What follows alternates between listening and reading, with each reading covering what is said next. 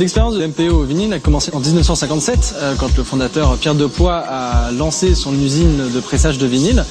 Elle a continué d'augmenter sa production jusque dans les années 80 où on est arrivé à 65 presses. On a continué à suivre l'évolution avec le CD, le DVD, le Blu-ray, tout en maintenant la production de vinyle. On a maintenu cette activité vinyle déjà puisque elle tenait à cœur à la famille Depoy. Donc on a toujours gardé quelques presses qui continuaient de tourner. Également des clients qui souhaitaient toujours presser. On a par exemple Daft Punk, Mylène Farmer qui a toujours souhaité presser leur vinyle. Et c'est pour répondre à cette demande-là qu'on a continué de presser des vinyles.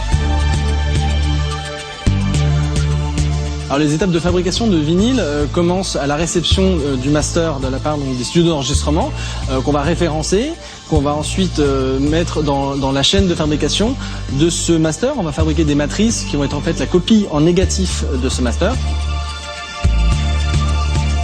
On est sur un principe de galvanoplastie, c'est-à-dire que la matrice va être insérée dans des bains et sur un principe d'électrolyse, on va avoir un dépôt de nickel sur cette matrice donc qui va vraiment faire un moulage négatif de cette matrice-là.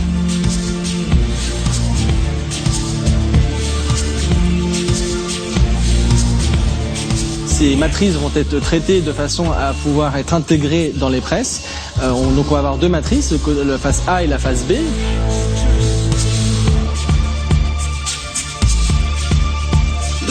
Une boule de PVC ensuite chauffée à 130 degrés va être insérée entre ces deux matrices. La presse va ensuite presser cette boule. Le vinyle va prendre la forme du moule et va ensuite être prédécoupé sur les bords, enlever les bavures, de façon à faire le vinyle qui va être ensuite inséré dans les pochettes. On s'occupe de fabrication de pochettes, d'impression, de découpage, de collage des pochettes, pochettes, sous-pochettes. On essaye de diversifier vraiment l'offre de vinyle. On peut aujourd'hui, avec les nouvelles technologies, fabriquer des vinyles avec des différentes couleurs, avec des éclats, avec des hologrammes sur les vinyles. Aujourd'hui, on n'est pas loin de 900 000 pressages mensuels. Il y a 5 ans, on était à peu près à 200 000 pressages par mois.